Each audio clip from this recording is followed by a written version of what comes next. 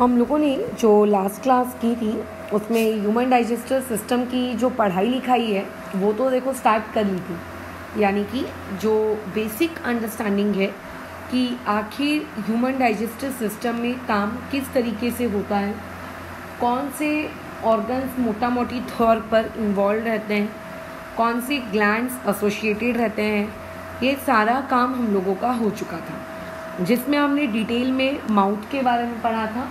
ठीक है, माउथ से जुड़े हुए और छोटे छोटे सब ऑर्गन्स लाइक टीथ, टंग और उसके अलावा सैलिवरी ग्लैंड्स, फिर उन सब की क्या इंपॉर्टेंस है हमारी बॉडी में, इसके बारे में बात हो चुकी है। फिर उसके बाद हमने नेक्स्ट टॉपिक पे बात की थी, दैट वाज फूड पाइप। फिर फूड पाइप किस तरीके से काम करता है एक्सेट्रा एक्सेट्रा, ये हम लोगों की पूरी पढ़ाई इस बारे में हो चुकी थी। अभी हम लोग नेक्स्ट टॉपिक में मूव करते हैं। जैसे कि तुमने खाना खाया, खाना खाने के बाद उस फूड को तुमने ग्राइंड किया, च्यू किया, है ना, अपने माउथ से या फिर टीथ की मदद से। उसके बाद वही फूड ट्रैवल करता है फूड पाइप के ज़रिए नीचे नीचे नीचे नीचे नीचे एंड फाइनली अब वो जो खाना है आप लोगों का कहाँ पहुँच चुका है, आपके थर्ड डेस्टिनेशन पे, यानी कि स्टमक पर। अभी स्टमक में जाने के बाद खाने के साथ क्या क्या होगा, ये हम लोगों का आज का टॉपिक है। ठीक है, तो कंटिन्यू करते हैं। आप ध्यान से समझते हैं कि स्टमक वाली जर्नी कैसी है। फॉर एग्ज़ाम्पल, मान लो ये आपके पास ऊपर से आया हुआ फूड पाइप है। फूड पाइप के बारे में एक जानकारी तुम्हें हमेशा पता होनी चाहिए, वो क्या, कि फूड पाइप क्या करता है, पेरिस्टाल्टिक मूवमेंट करता है। ठीक है, फूड पाइप में कौन सा मूवमेंट होता है, पेरिस्टाल्टिक मूवमेंट होता है। ये इस तरीके का स्टमक होता है हम लोगों की ह्यूमन बॉडी में। इसको जनरली जे शेप्ड कहा जाता है। ठीक है, फूड पाइप को जनरली कौन सा शेप कहा जाता है, जे शेप्ड कहा जाता है। अब एग्जैक्टली मेरी ड्राइंग्स उतनी देखो बढ़िया तो नहीं रहेंगी, ठीक है, बट कोशिश करते हैं कि सुंदर दिखे वो। तो मान लेते हैं ये आप लोगों का स्टमक है। ठीक है, ये हम लोगों ने स्टमक बना लिया, छोटा सा बेचारा। ठीक है, अच्छा अब देखो ज़रा, ये जो स्टमक आप लोगों को दिख रहा है, अभी ऊपर से यहाँ पे फूड पार्टिकल्स है। ये फूड पार्टिकल ट्रैवल डाउन करते हैं। ट्रैवल डाउन करते करते ये फूड पार्टिकल आप लोगों के आके जमा हो जाते हैं कहाँ पर, स्टमक में। क्या स्टमक का कोई रोल होता है क्या डाइजेशन में? तो जैसे कि मैंने तुमको एक बात सबसे पहले बताई थी, डाइजेशन दो टाइप्स के होते हैं, फिजिकल डाइजेशन और दूसरा होता है केमिकल डाइजेशन।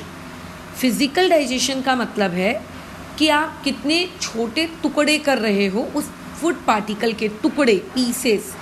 ठीक है, जैसे अगर तुम्हारे पास कोई गोभी है, कॉलीफ्लावर, तो तुम उसको वैसे का वैसी पका के तो नहीं खा जाते ना, तुम क्या करते हो बोलो, उसको अच्छे से कुक करते हो, बारीक बारीक पीसेस में कट करते हो, है ना, तो उसे कहते हैं हम लोग फिजिकल। और एक होता है आप लोगों का केमिकल ब्रेकडाउन। केमिकल ब्रेकडाउन का मतलब ये होता है कि जो भी फूड आपने खाया, भले ही उसके छोटे पार्टिकल्स आपने कर भी दिए, लेकिन छोटे पार्टिकल्स होने के बावजूद वो जो पर्टिकुलर फूड था ना, उस फूड का जो केमिकल फार्मूला था, अगर मान लेते हैं वो 25 कार्बन का है तो स्टिल वो 25 कार्बन का ही था। अगर आप अब उसके केमिकल फार्मूले को 25 कार्बन से 10 कार्बन, 12 कार्बन या फिर उससे कम कार्बन्स में अगर आप रिड्यूस कर सके, then it is known as what, आप लोगों का केमिकल ब्रेकडाउन। फिर उसे हम लोग क्या कहते हैं, आपका केमिकल ब्रेकडाउन कहते हैं। समझ रहे हो? ठीक है, तो अभी ये जो स्टमक होता है, इस स्टमक के बारे में हम थोड़ी सी बातचीत कर लेते हैं। सबसे पहले तो ये हमको पता होना चाहिए कि ह्यूमन बॉडी में जो डाइजेशन होता है, जैसे कि मैंने लास्ट क्लास में बताया था, वो माउथ में स्टार्ट हो जाता है। ठीक है, माउथ में आप लोगों का जो डाइजेशन की प्रोसेस होती है ना, वो शुरू हो जाती है।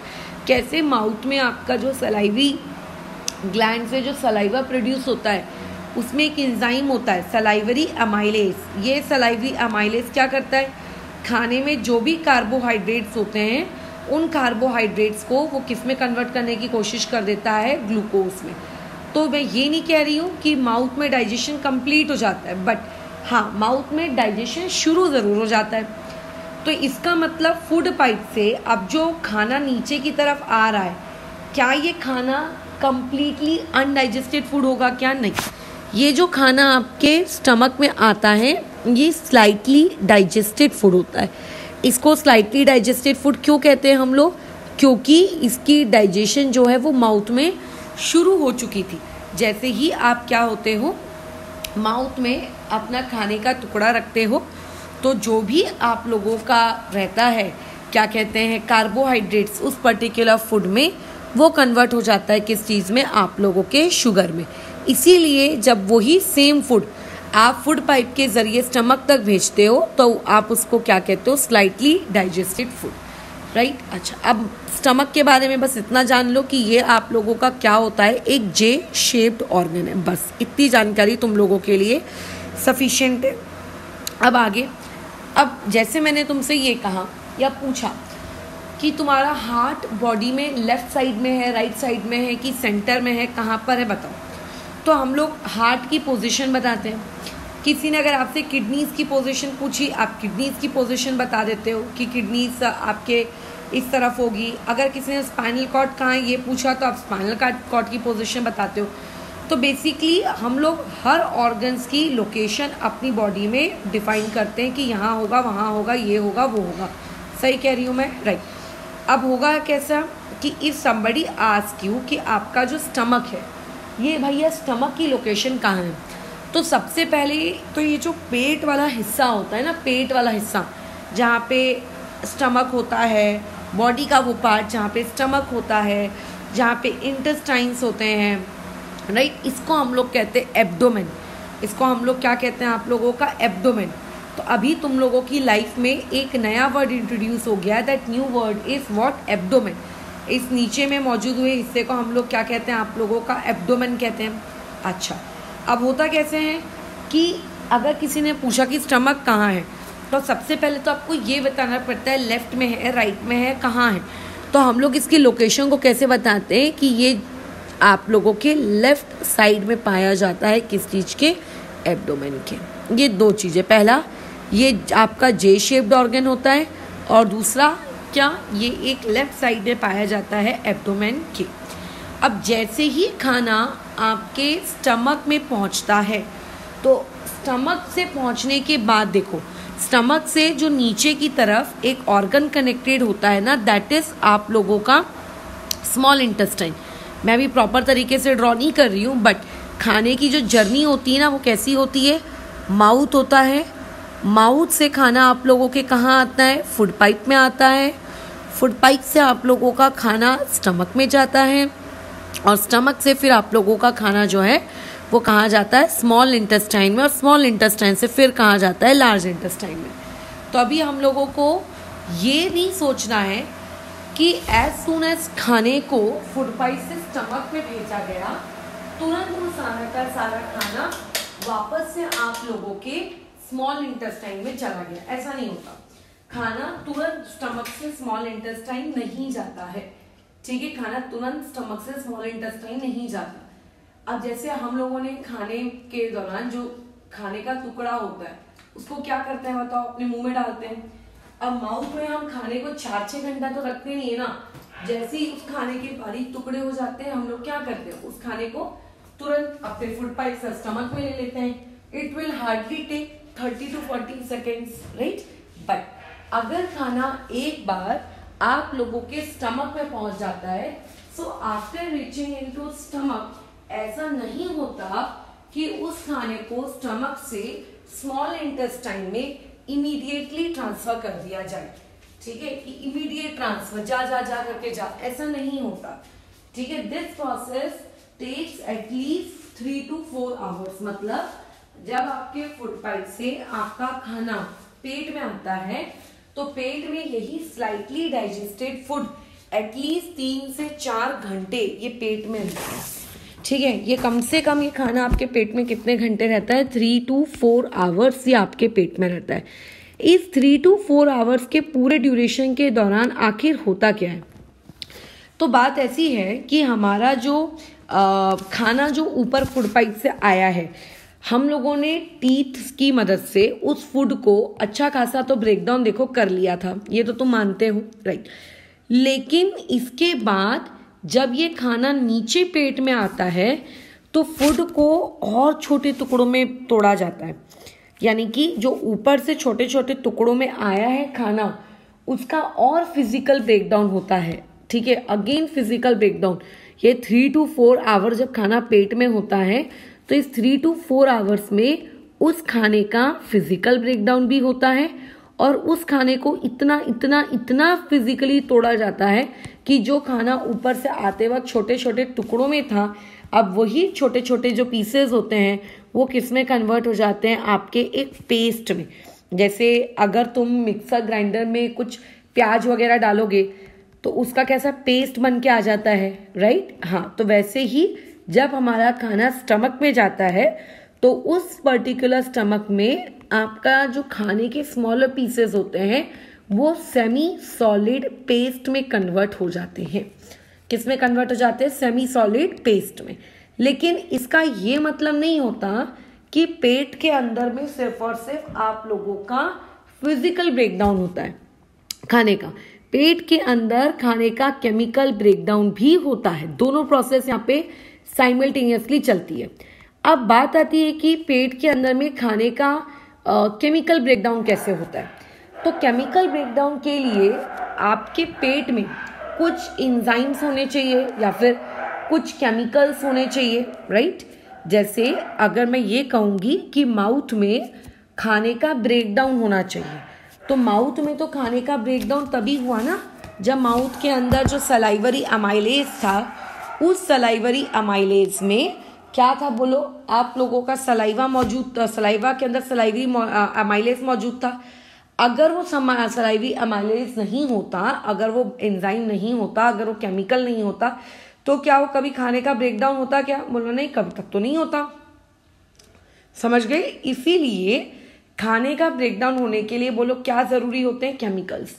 तो पेट के अंदर यदि खाने का केमिकल ब्रेकडाउन हो रहा है, पहली बात तो किस खाने का होता है वो सीखना है, और दूसरा कैसे होता है वो सीखना है। तो केमिकल ब्रेकडाउन होने के लिए इस पेट के अंदर में केमिकल्स का होना बहुत ज़रूरी है। तो होता कैसा है कि हमारे पेट के अंदर में 3 केमिकल्स होते हैं। पहला होता है हाइड्रोक्लोरिक एसिड HCl, ठीक है, ये एक एसिड है। दूसरा हमारे इसमें एक एंजाइम होता है, जैसे हमारे माउथ के अंदर एक एंजाइम था सलाइवरी अमाइलेज, वैसे हमारे पेट के अंदर भी एक एंजाइम होता है known as pepsin, very important enzyme, ठीक है। और तीसरा होता है हमारे पेट के अंदर में म्यूकस। ये 3 चीजें होती हैं हमारे पेट के अंदर।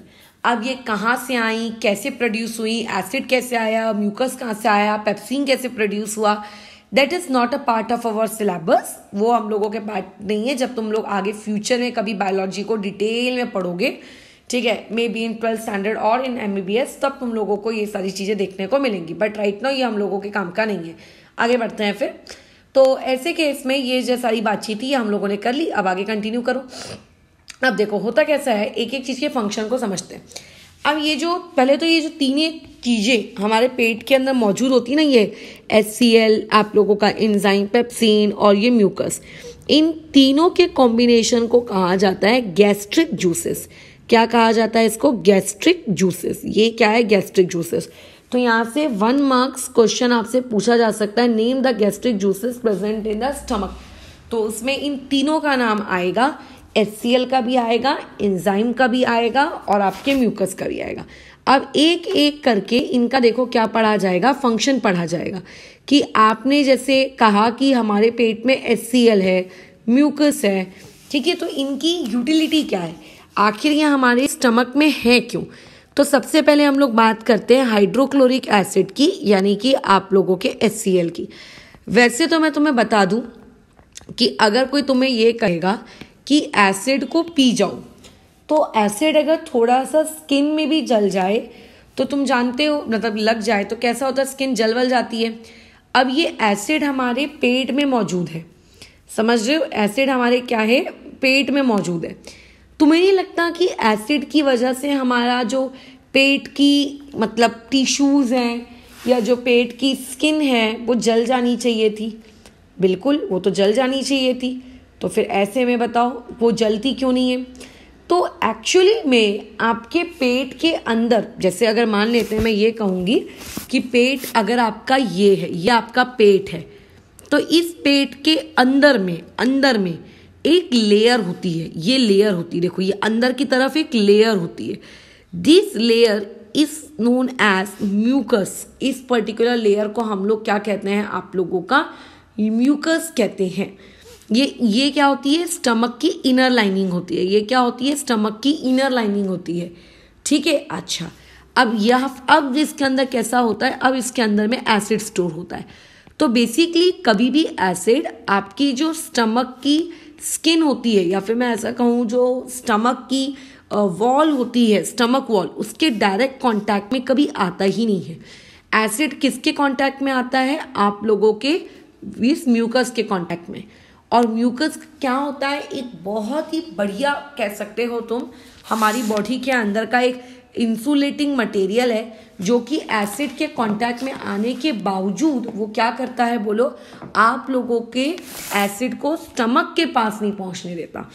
यानी कि अगर कोई तुमसे ये पूछेगा कि जो तुम्हारी पूरी बॉडी है, इस पूरी बॉडी में जो स्टमक है, इस स्टमक में जो म्यूकस है, इस म्यूकस का क्या रोल है, तो आप उसमें सीधा ये कहोगे कि ये जो म्यूकस के, अगर आप फंक्शन की बात कर रहे हो, तो म्यूकस एक बहुत इंपॉर्टेंट फंक्शन मतलब प्ले करता है।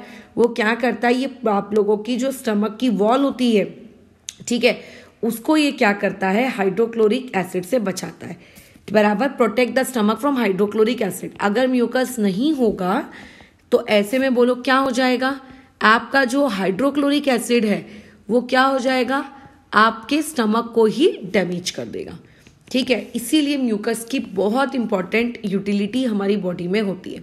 अब म्यूकस आता कहाँ से, तो देखो हमारी बॉडी अपने आप इस म्यूकस को क्रिएट करती है। ज़रूरी नहीं है कि म्यूकस सिर्फ आपके स्टमक में होता है, म्यूकस और भी जगह पर होता है। हम जब आगे रेस्पिरेटरी सिस्टम पढ़ेंगे तब बात करेंगे, बट जो स्टमक में जो म्यूकस होता है वो हमारा स्टमक खुद क्रिएट करता है। अब मान लेते हैं कई बार दिमाग में क्वेश्चन आता है, हर किसी के आता है, फॉर एग्जांपल अगर बॉडी में जो आपकी इंसुलिन नामक एक हार्मोन होता है, अगर वो सफिशिएंट क्वांटिटी में क्रिएट ना हो तो क्या होगा, किसी को डाउट आता है, तो वो इंसान को फिर अपन जवाब कैसे देते हैं, डायबिटीज़ हो जाएगी भाई, डायबिटीज़। तो इट मीन्स दैट बॉडी में अगर किसी भी चीज़ की कमी हो जाए, थोड़ा ऊपर नीचे, तो उसके कमी हो जाने की वजह से क्या होता है, वो पर्टिकुलर आपका जो हार्मोन की कमी की वजह से, उस पर्टिकुलर चीज़ की कमी की वजह से आपकी बॉडी के अंदर कोई ना कोई दिक्कतें आना शुरू हो जाती हैं। तो अभी हम लोगों का क्वेश्चन ये होता है कि अगर स्टमक के अंदर में जो ये म्यूकस है, अगर ये म्यूकस क्रिएट ही नहीं होगा तब क्या होगा, मतलब अगर म्यूकस क्रिएट नहीं हुआ फिर क्या होगा, तो तुम्हारे पास एक बहुत ही लॉजिकल आंसर है कि देखो म्यूकस का काम क्या होता है, आपके स्टमक को HCl से प्रोटेक्ट करना, ठीक है। द फंक्शन ऑफ म्यूकस, अगर कोई तुमसे पूछेगा कि what is the function of mucus, तो तुम यहाँ पे सीधा सीधा उसको क्या जवाब दोगे, the function of mucus is to protect किसको, स्मॉल इंटेस्टाइन, ठीक है, not small intestine, protect stomach from HCl, यही जवाब दोगे। अब इमेजिन करो कि अगर म्यूकस नहीं है, ठीक है, अगर म्यूकस नहीं है तो म्यूकस के नहीं होने की वजह से क्या होगा, आप लोगों का ये जो HCl है, ये HCl क्या कर देगा, जो स्टमक की वॉल होती है ना, उसकी वॉल में गड्ढे क्रिएट कर देगा।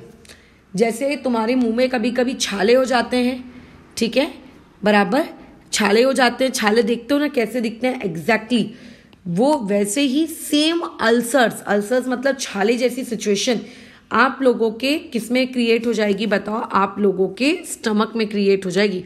और स्टमक में अगर अल्सर्स क्रिएट हो गए हैं तो ये एक अच्छी बात नहीं है। ऑब्वियसली इससे रिलेटेड आगे कोई ना कोई तकलीफें तो रहेंगी। इसीलिए हमारी बॉडी में म्यूकस इंपॉर्टेंट है। तो टोटल 3 प्रकार के गैस्ट्रिक जूसेस थे, उनमें से एक आपका म्यूकस था, तो म्यूकस के बारे में हमने पढ़ लिया। अब आते हैं हमारे तीसरे गैस्ट्रिक जूस के बारे में, जो कि एक एंजाइम है, एंजाइम, और उस एंजाइम का नाम क्या है, पेप्सिन। अब समझते हैं कि स्टमक के अंदर ये जो इकलौता एंजाइम मौजूद है, ये इकलौता एंजाइम क्या करता है। देखो, तुम अलग अलग प्रकार के फूड इनटेक करते हो, जिसमें कार्बोहाइड्रेट्स होते हैं, विटामिन्स होते हैं, फैट्स होता है, मिनरल्स होते हैं, कार्बोहाइड्रेट्स होते हैं, प्रोटीन्स होते हैं। हर बॉडी का ऑर्गन हर फूड को डाइजेस्ट कर पाए ये पॉसिबल नहीं होता। जैसे तुम्हारे माउथ में क्या सारे प्रकार के फूड डाइजेस्ट हो जाते हैं क्या? नहीं। तुम्हारे माउथ के अंदर में सिर्फ और सिर्फ कौन डाइजेस्ट होता है? आपका कौन डाइजेस्ट होता है? आप लोगों का कार्बोहाइड्रेट्स। बाकी के जो दूसरे फूड है उनको तो माउथ के अंदर मौजूद सलाइवरी अमाइलेज देखता भी नहीं है डाइजेस्ट करने के लिए, क्योंकि हर एंजाइम का एक स्पेसिफिक फंक्शन होता है कि हम इस पर्टिकुलर फूड को डाइजेस्ट करेंगे, हम उस पर्टिकुलर फूड को डाइजेस्ट करेंगे। वो ऐसा नहीं है कि कोई भी फूड आ रहा है जा रहा है वो किसी को भी डाइजेस्ट करे, ऐसा पॉसिबल ही नहीं होता। तो ये जो पेप्सिन नामक एंजाइम है, इस पेप्सिन नामक एंजाइम का भी एक बहुत ही पर्टिकुलर फंक्शन होता है जो कि तुम्हें याद रखना है। वो होते हैं प्रोटीन्स। ठीक है, जो हम दाल खाते हैं, जो पल्सेस खाते हैं, उनसे हमको जो प्रोटीन्स मिलता है ना, उन प्रोटीन्स का डाइजेशन कहाँ पे होता है? स्टमक में शुरू होता है। क्या इससे पहले आप लोगों के प्रोटीन्स का डाइजेशन कहीं हुआ था क्या? देखो, स्टमक से पहले कौन आता है? Food pipe. फूड पाइप में तो वैसे भी कोई डाइजेशन नहीं होता। फूड पाइप से पहले कौन आता है? माउथ। माउथ में सिर्फ कार्बोहाइड्रेट्स का डाइजेशन होता है। तो बेसिकली ये जो मैं पेप्सिन की बात कर रही हूँ, ये जो आप लोगों का पेप्सिन है, ये पेप्सिन किसका डाइजेशन शुरू करता है? प्रोटीन्स का। यानी कि first time digestion of protein takes place in where? Stomach. First time of digestion of protein occur. जैसे मैं अगर तुमसे ये पूछूं कि first time digestion of carbohydrates कहाँ हुआ, तो तुम क्या जवाब दोगे? माउथ में हुआ। तो वैसे अगर कोई तुमसे ये पूछे कि first time digestion of protein कहाँ हुआ, तो तुम उसका जवाब क्या दोगे कि फर्स्ट टाइम प्रोटीन का डाइजेशन कहाँ पे हुआ? स्टमक में हुआ। तो बेसिकली यहाँ पे स्टमक में ये जो एंजाइम होता है पेप्सिन, इस पेप्सिन का काम होता है प्रोटीन्स को डाइजेस्ट करना। ये क्या करता है? प्रोटीन्स को डाइजेस्ट करने का काम करता है। ठीक है, अच्छा, लेकिन इसका एक सबसे बड़ा ड्रॉबैक है, या फिर मैं ये कहूँ कि इसकी सबसे बड़ी लिमिटेशन है। अब देखो, इसकी सबसे बड़ी लिमिटेशन क्या है कि प्रोटीन को काम करने के लिए चाहिए होता है एसिडिक मीडियम। अब ये एसिडिक, बेसिक, ये क्या वर्ड्स हैं आप आगे केमिस्ट्री में सीखोगे, बट एसिडिक फिलहाल समझ जाओ कि एक ऐसा जिसमें एसिड्स इन्वॉल्व है। अच्छा, और एक एक्स्ट्रा नॉलेज फिलहाल इस पॉइंट पे तुम्हें पता होनी चाहिए कि एसिडिक मतलब pH <7। अब pH क्या होता है, ये सब केमिस्ट्री के लिए हम लोग रख देते हैं इन टॉपिक्स को, अभी फिलहाल इस पे हाथ नहीं डालते। बट प्रोटीन्स आप लोगों को अगर डाइजेस्ट करवाना है स्टमक के अंदर, तो उसके लिए बहुत ज़रूरी है कि वो जो एंजाइम पेप्सिन होता है, उस पेप्सिन नामक एंजाइम को कैसा मीडियम दिया जाए? एसिडिक। अगर आप एसिडिक मीडियम नहीं दोगे, ठीक है, अगर आप एसिडिक नेचर आजू बाजू नहीं रखोगे पेप्सिन एंजाइम के आजू बाजू, तो वो काम ही नहीं करेगा, वो प्रोटीन को डाइजेस्ट ही नहीं करेगा, है ना। वो काम बोलेगा बट मेरे को काम नहीं करना। तो इट मीन्स दैट ये जो हमारे पेट में HCl होता है, ये ऐसे टाइम पास करने हेतु नहीं होता। HCl की बहुत इंपॉर्टेंट यूटिलिटी है। ये क्या करता है, ये आपका जो मीडियम होता है, मीडियम मतलब पेट का जो माहौल होता है, सराउंडिंग होता है, जगह गैस्ट्रिक जूसेस का, ये उन गैस्ट्रिक जूसेस के मीडियम को क्या बना देता है? एसिडिक बना देता है। ठीक है, अब एसिडिक बना देने से फायदा क्या होता है कि आप लोगों का जो एंजाइम होता है पेप्सिन, वो प्रोटीन को क्या कर सके? डाइजेस्ट कर सके। अगर मीडियम आप लोगों का क्या नहीं होगा, एसिडिक नहीं होगा, तो प्रोटीन्स को डाइजेस्ट वो नहीं कर पाएगा। तो प्रोटीन्स डाइजेस्ट हो पाए इजीली, इसीलिए हमारे पेट में क्या पाया जाता है? एसिड पाया जाता है। और एसिड की एक दूसरी यूटिलिटी भी है कि एक्चुअली कैसा होता है कि जब हम खाना खाते हैं, लेट से तुमने हाथ नहीं धोए, लेट से तुमने जो फूड खा रहे हो उसमें कोई बैक्टीरिया मौजूद है, फिर उसी फूड को तुम खा गए, तो ऐसे में क्या हो जाता है कि वही फूड जब आप लोगों के पेट में एंटर करता है, तो उस फूड में किसी भी प्रकार का अगर कोई भी बैक्टीरिया खाने के साथ साथ हमारी बॉडी में चला गया है, ठीक है, तो ऐसे में स्टमक के अंदर में जो एसिड होता है वो क्या कर देता है? आप लोगों के उस बैक्टीरिया को मार डालता है। तो ये भी एक उसका अच्छा इंपॉर्टेंस है, ताकि हम लोग ज़्यादा जल्दी फ्रीक्वेंटली बीमार नहीं पड़े, इसके लिए भी हम लोगों का एसिड काफ़ी मदद करता है। तो इस तरीके से आपके स्टमक की ये यूटिलिटी है, बस ये पूरा काम आपका स्टमक करता है। अब बेसिकली स्टमक से तुम जो भी खाना खाते हो, क्या वो उस खाने का कंप्लीट डाइजेशन हो गया क्या? पहले तो ये सोचो, क्या स्टमक में कंप्लीटली खाना डाइजेस्ट हो गया क्या? नहीं हुआ यार। ऊपर से जो कार्बोहाइड्रेट्स आ रहा था वो पार्शियली डाइजेस्टेड था। क्या ये बात समझ में आती है? ऊपर से जो नीचे कार्बोहाइड्रेट आया था वो पार्शियली डाइजेस्टेड था। क्या उस आधे खाए हुए कार्बोहाइड्रेट की कंप्लीट डाइजेशन हुई क्या स्टमक में? नहीं, स्टमक ने तो कार्बोहाइड्रेट को छुआ तक नहीं, बताओ, छुआ तक नहीं उसने तो। अच्छा, ऊपर से जो प्रोटीन्स आ रहे थे क्या उनकी डाइजेशन हो गई? हाँ, हुई काफी हद तक। लेकिन जो फैट्स आ रहे थे ऊपर से, क्या उन फैट्स की डाइजेशन हुई? बिल्कुल नहीं। फैट्स को तो स्टमक ने अभी तक टच तक नहीं किया। इसका मतलब स्टमक में भी आपका खाना कंप्लीटली डाइजेस्ट नहीं हो पाया। ठीक है, स्टमक भी हमारे फूड को कंप्लीटली डाइजेस्ट नहीं कर पाया। तो स्टमक में भी अभी जो खाना मौजूद है ये अभी भी कैसा है आप लोगों का? पार्शियली डाइजेस्टेड है। तो जर्नी हम लोगों की कैसी थी? पहले जो माउथ था, माउथ में आप ये कह सकते हो, माउथ से खाना कहाँ जाता है? फूड पाइप में। फूड पाइप से कहाँ जाता है? स्टमक में। स्टमक से कहाँ जाता है? स्मॉल इंटेस्टाइन में। अब देखो थोड़ा ध्यान से, माउथ में आपकी जो ये प्रोसेस होती है नोन एज डाइजेशन, ये स्टार्ट होती है। ठीक है, अच्छा, उसके अलावा मैं यहाँ पे एक पॉइंट और ऐड कर देती हूँ। स्मॉल इंटेस्टाइन के बाद खाना जो है वो जाता है लार्ज इंटेस्टाइन को। लार्ज इंटेस्टाइन में जो आपका खाना होता है, इस पर्टिकुलर चीज की डाइजेशन हो जाती है स्टॉप। तो डाइजेशन कहाँ स्टार्ट हुई और डाइजेशन कहाँ स्टॉप हुई, ये पता होना चाहिए। इसके अलावा माउथ में सिर्फ और सिर्फ कार्बोहाइड्रेट्स का डाइजेशन होता है। मतलब माउथ के अंदर में जो सलाइवरी एमाइलेज नामक एंजाइम मौजूद होता है वो कार्बोहाइड्रेट्स को डाइजेस्ट करने में मदद करता है। फूड पाइप में कोई डाइजेशन नहीं होता, इसलिए वहां पे डाइजेशन के बारे में सोचना भी मत। स्टमक में एक एंजाइम होता है पेप्सिन, जो किसको डाइजेस्ट करने की कोशिश करता है? प्रोटीन्स को। बट स्टिल अभी भी अगर मैं इसकी बात करूं माउथ से लेके स्टमक तक की, तो इन तीनों जगह पर आपके पास जो खाना होता है वो खाना अभी भी कंप्लीटली डाइजेस्ट नहीं हुआ होता है। ये पार्शियली डाइजेस्टेड फूड होता है। ये कैसा होता है? Partially digested food. अब बात ऐसी है कि जो फूड अभी हमने पेट में आया वो उसने पेट में डाइजेशन की, पेट में डाइजेशन होने के बाद अब वो फूड कहाँ देखो ट्रैवल करता है? स्मॉल इंटेस्टाइन में। इसको हम लोग अभी ज़्यादा डिटेल में नहीं पढ़ेंगे क्योंकि इसके लिए और भी बहुत सारी चीज़ें तुम्हें पता होनी चाहिए, like liver, pancreas and all and all. अभी सिर्फ एक बेसिक आइडिया लेते हैं। देखो, यहाँ स्टमक से खाना पहुंच जाता है कहाँ पे? स्मॉल इंटेस्टाइन में। कहाँ चला जाता है? स्मॉल इंटेस्टाइन में। अब जैसे ही खाना स्मॉल इंटेस्टाइन में जाता है, स्मॉल इंटेस्टाइन के बारे में एक जानकारी जो किसी भी हालत में तुम्हें पता होनी चाहिए कि पूरे एलिमेंट्री कैनल का ये लार्जेस्ट पार्ट होता है। अब एलिमेंट्री कैनल मतलब क्या? Food pipe, large intestine, stomach and all सबके कॉम्बिनेशन को हम एलिमेंट्री कैनल कहते हैं।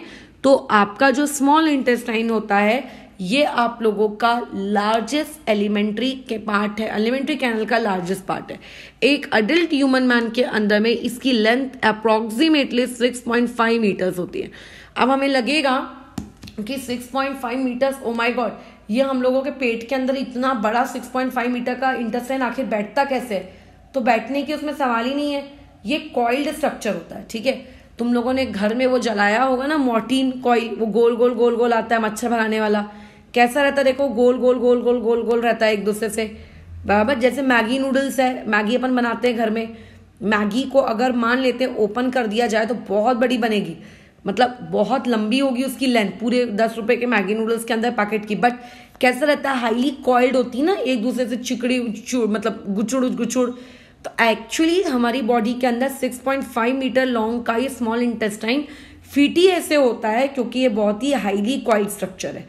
ठीक है, इसकी कॉइलिंग होती है, मतलब एक दूसरे से बहुत ही अच्छे से ये जुड़ा हुआ रहता है, एकदम टर्न वाइज होता है, इसीलिए इतना लंबा हमारी बॉडी के अंदर क्या हो जाता है? फिट हो जाता है। अच्छा, अब बात करते हैं हम लोग, क्या सारे ह्यूमन मतलब क्या सारे ऑर्गेनिजम्स के अंदर में जो ये स्मॉल इंटेस्टाइन होता है इसकी जो लेंथ होती है वो सब कुछ सेम होती है क्या? फॉर एग्जाम्पल अगर मैं बात करूंगी ह्यूमन वर्सेस आप लोगों के गाय की, या फिर अगर हम लोग बात करेंगे काऊ वर्सेस लायन की, तो क्या काऊ के पेट के अंदर में जो स्मॉल इंटेस्टाइन की लेंथ है, क्या उतनी ही लेंथ लायन के स्मॉल इंटेस्टाइन की भी होगी? क्या उतनी ही लेंथ मेरे पेट के अंदर भी होगी? तो ऐसा होता है क्या? तो ऐसा नहीं होता। काऊ के अंदर में, ठीक है, जो लेंथ होती है स्मॉल इंटेस्टाइन की वो डिफरेंट होगी और लायन के अंदर में अलग होगी। एक्चुअल में स्मॉल इंटेस्टाइन की जो लेंथ होती है ना, स्मॉल इंटेस्टाइन की जो लेंथ होती है वो इस बात पे डिपेंड करती है, ठीक है, कि आप खाना किस टाइप का खाते हो, ठीक है, depends on the type of food you eat, on the type of food you eat. ये एक इंपॉर्टेंट MCQ है, यहाँ से ट्रू और फॉल्स भी पूछा जा सकता है कि आप किस प्रकार का खाना खाते हो। बेसिकली स्मॉल इंटेस्टाइन की जो लेंथ है वो उस बात पे डिपेंड करती है। अब जो काऊ है, पूरी दुनिया जानती है कि काऊ हर्बीवोर्स होती हैं, ठीक है, मतलब घास फूस खाती हैं, और लायन जो होते हैं या आप लोग कार्निवोरस हैं, मतलब मांस मटन वगैरह खाने में इनका बिलीफ है। अब होता कैसा है कि जो एक घास जो होती है ना, हर्बीवोर्स मतलब ग्रास, ये जो घास जैसी चीज होती है या फिर कोई भी सब्जी भाजी ग्रीन लीफी वेजिटेबल्स, ठीक है, इनके अंदर में होता है, एक मिनट,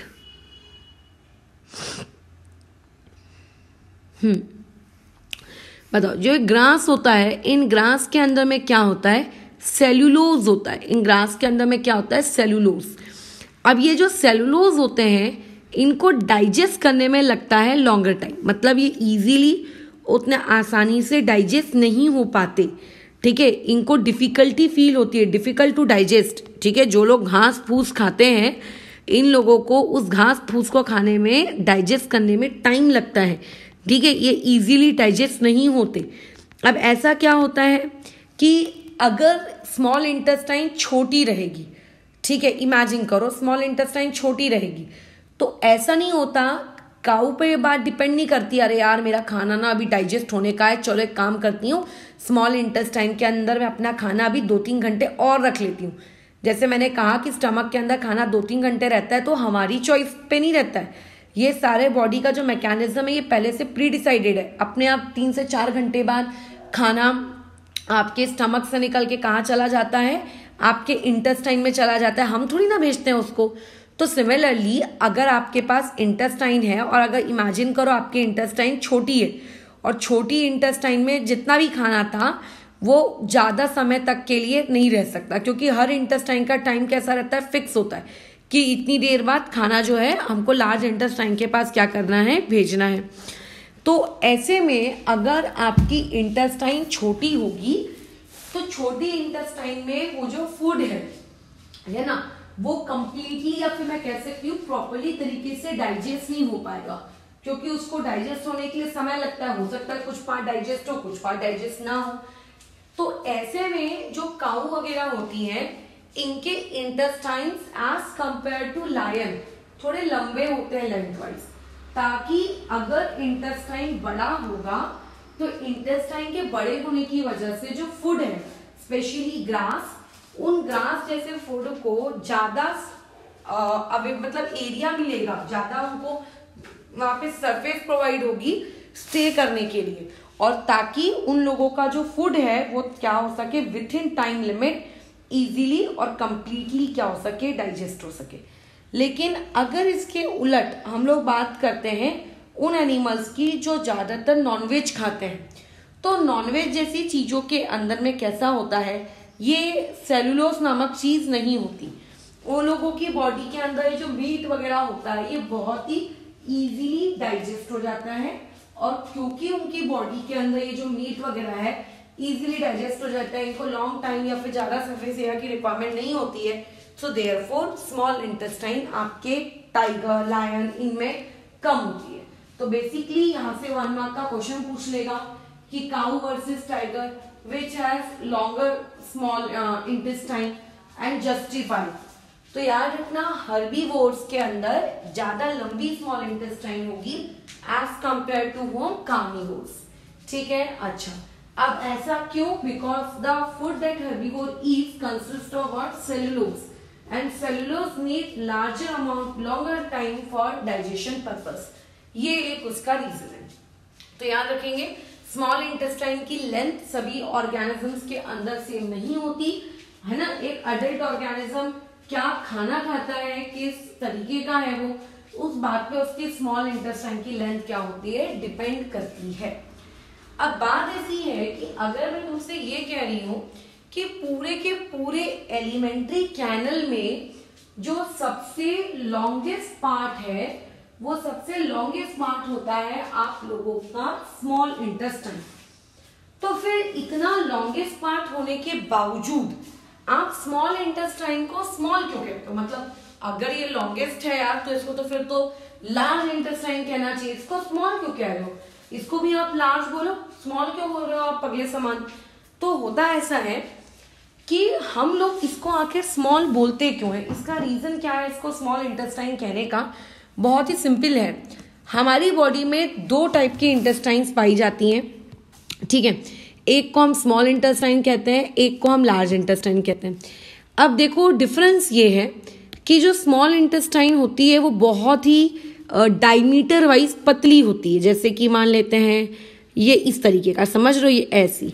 और जो लार्ज इंटेस्टाइन है वो ऐसी होती है, ये दिख रहा है, ये डायमीटर वाइज कितनी बड़ी है ना, इसका डायमीटर बड़ा है। अच्छा, और इस बेचारी का डायमीटर कैसा है, छोटा है। सो इसका जो डायमीटर होता है, इसका क्योंकि डायमीटर छोटा होता है इस वजह से इस पर्टिकुलर इंटेस्टाइन को क्या कहा जाता है, स्मॉल, ठीक है। तो स्मॉल इंटेस्टाइन को स्मॉल हम क्यों कहते हैं? क्योंकि उसका जो डायमीटर होता है वो डायमीटर क्या होता है आप लोगों का, छोटा होता है। मैं ये नहीं कह रही कि उसकी लेंथ छोटी होती है, उसकी जो लेंथ होती है वो लेंथ बल्कि बहुत ज्यादा होती है। अगर मैं बाजू वाले के रिस्पेक्ट में कंपेयर करूं तो उसकी लेंथ हाई होती है, मतलब हाई तो नहीं बोलना चाहिए, लार्जेस्ट होती है एज कंपेयर टू बाजू वाले, बट उसका जो डायमीटर होता है वो डायमीटर उसका कैसा होता है, कम। तो स्मॉल इंटेस्टाइन को स्मॉल और लार्ज इंटेस्टाइन को लार्ज उसकी लेंथ के हिसाब से जज करके नहीं बोला जाता है, उसको किस हिसाब से जज करके बोला जाता है कि उसके डायमीटर कैसा है, ठीक है। डायमीटर के अकॉर्डिंग उसको जज किया जाता है, ठीक है। अच्छा, डायमीटर क्योंकि लार्ज वाली का ज्यादा है वो थोड़ी मोटी दिखती है, so therefore we called it as what, आप लोगों का लार्ज इंटेस्टाइन, इसीलिए उसे क्या कहते हैं, लार्ज। और जो बेचारी स्मॉल वाली है वो थोड़ी सी क्या दिखती है आप लोगों की, पतली दिखती है, इसीलिए उसको हम लोग क्या कहते हैं, स्मॉल इंटेस्टाइन। अदरवाइज लेंथ के रिस्पेक्ट में बात करूं तो यार सबसे लंबी तो फिर कौन है आप लोगों की, स्मॉल इंटेस्टाइन ही सबसे लंबी है। That's all, done. अच्छा, अब इसमें बस एक चीज थोड़ी सी स्टमक के बारे में सुन लो, फिर उसके बाद आपका जो स्मॉल इंटेस्टाइन है, स्मॉल इंटेस्टाइन के अंदर में भी केमिकल्स पाए जाते हैं, वहां पे भी खाने का डाइजेशन होता है, बल्कि खाने का कंप्लीट डाइजेशन तो स्मॉल इंटेस्टाइन के अंदर होता है। बस एक बार खाना अगर स्मॉल इंटेस्टाइन में पहुंच गया तो स्मॉल इंटेस्टाइन में समझो खाने का कंप्लीट डाइजेशन हो गया, ठीक है, ऐसा रहता है। लेकिन स्मॉल इंटेस्टाइन में भी कुछ केमिकल्स होंगे, तो उन केमिकल्स के बारे में हम लोग अभी बात नहीं कर रहे हैं, उनके बारे में भी हम बात करेंगे बट कल। फिलहाल अभी स्टमक के बारे में एक छोटी सी जानकारी तुम्हें पता होनी चाहिए। देखो क्या होता है, स्टमक से कनेक्टेड होता है स्मॉल इंटेस्टाइन। स्मॉल इंटेस्टाइन के आगे और क्लासिफिकेशन होते हैं, इलियम, ड्यूडेनम, जेजोनम, वो आपको नहीं जानना है, ठीक है, वो आपके काम का नहीं है। अब जैसे ये वाला जो हिस्सा है, this part is connected to what, small intestine. ये स्मॉल इंटेस्टाइन के अंदर, यहाँ से स्टमक के अंदर HCl होता है, इसके अंदर पेप्सिन होता है, इसके अंदर म्यूकस होता है, प्लस इसके अंदर आपका फूड होता है, राइट। अच्छा, अब देखो, अगर इमेजिन करो स्टमक के अंदर खाना भर गया या स्टमक के अंदर एसिड भर गया तो कितना आसान होगा उस एसिड को बड़े मजे से ट्रैवल करते हुए नीचे स्मॉल इंटेस्टाइन में चले जाना। 3 से 4 घंटे, जैसा मैं कहती हूँ कि आप लोगों का खाना जो रहता है स्टमक में पड़ा हुआ रहता है, 3 से 4 घंटे वो क्यों पड़ा रहेगा, वो तो देखो आसानी से ट्रैवल करते हुए नीचे जा सकता है ना, बट वो नीचे नहीं जा पाता। मतलब कोई तो वहां पर है जो खाने को नीचे स्मॉल इंटेस्टाइन के पास जाने से रोक रहा है। जैसे तुम इस डायग्राम में देख पाओगे, यहाँ पे ऐसा कुछ तो तुमको दिख रहा है जिस चीज से आपका फूड पार्टिकल आकर टकरा रहा है और टकरा कर वापस से क्या हो जा रहा है, रिवर्स डायरेक्शन में चला जा रहा है, कुछ तो वहां पर है, राइट। तो ये जो कुछ तो चीजें होती हैं ना, इनको हम लोग एक्चुअली कहते हैं स्पिंस्टर मसल्स, ठीक है। इन्हें क्या कहते हैं, स्पिंस्टर मसल्स। ये जो स्पिंस्टर मसल्स होती हैं, ये एक स्पेशल टाइप की मसल्स होती हैं जो कॉन्ट्रैक्ट और एक्सपैंड हो सकती हैं। इसके बारे में हम और आगे भी पढ़ेंगे कि बॉडी के और किन किन पार्ट्स में मौजूद है, बट ये स्पेशल टाइप की मसल्स हैं जो तुम्हारे यहाँ पे इंटेस्टाइन के यहाँ मौजूद होती है या स्टमक में यहाँ मौजूद होती है। ये क्या करती हैं, आप लोगों का जो खाना होता है उस खाने को कभी भी ये नीचे स्मॉल इंटेस्टाइन के पास भेजती नहीं है। अदरवाइज अगर स्मॉल इंटेस्टाइन के पास खाना इतनी आसानी से पहुंच जाता तो आपका खाना स्टमक में 3 to 4 आवर्स के लिए तो फिर रहता ही नहीं। तो स्पिंस्टर मसल खाने को नीचे भेजने का क्या करती है, अलाउ नहीं करती। हाँ, आफ्टर सर्टेन टाइम इंटरवल जब ये चीज पूरी हो जाती है तो डेफिनेटली वो उसको नीचे अलाउ कर देगी, बट उससे पहले नहीं। इवन एक स्पिंस्टर मसल यहाँ पे भी मौजूद होती है, ये आपके टॉप पर। यहाँ पे टॉप पे स्पिंस्टर मसल का क्या यूज है, इस टॉप पे स्पिंस्टर मसल का ये यूज होता है कि खाना ऊपर से नीचे आया है, राइट, फूड पाइप के थ्रू वो स्टमक में आया है। तो ऐसा भी तो हो सकता है कि वो वापस से क्या हो जाए, आप लोगों का वापस से फूड पाइप में चला जाए। तो ऐसे में ये खाना वापस से ऊपर ना जाए, इस चीज को भी प्रिवेंट करता है। यहाँ ऊपर में भी एक स्पिंस्टर मसल होती है। तो स्टमक में 2 जगह स्पिंस्टर मसल होती है। पहला आपका जो फूड पाइप और स्टमक का जो जंक्शन होता है, एक वहां पे स्पिंस्टर मसल्स होती है और दूसरी स्पिंस्टर मसल कहाँ होती है, स्मॉल इंटेस्टाइन और स्टमक के बीच में, ठीक है, मतलब उसकी जंक्शन पे, ताकि खाना नीचे ना जा सके। और उसके अलावा ऊपर से वो क्यों होती है, ताकि खाना वापस से ऊपर ना जा सके। कई बार हमारी बॉडी की स्पिंस्टर मसल्स नॉर्मली काम नहीं कर पाती फॉर मैनी रीजंस। तो तुम देखना कई बार एक इंसान को हार्ट बर्न की शिकायत होती है। हार्ट बर्न मतलब अचानक से ऐसा लगता है कि बहुत मसाले का खाना खा लिया है, छाती जल रही है, एसिडिटी लाइक सिचुएशन। तो वो इसी एक रीजन की वजह से होता है, ठीक है। बस यहाँ पे हम लोग फिर इस चीज को रोकना है। कल इसके आगे हम लोग कंटिन्यू करेंगे कि स्मॉल इंटेस्टाइन्स के अंदर कौन कौन से केमिकल्स कैसे कैसे मात्रा में पाए जाते हैं और कौन सा एंजाइम किस पर्टिकुलर खाने को डाइजेस्ट करने के हमारे क्या होता है, काम आता है, ठीक है। अभी इस फिलहाल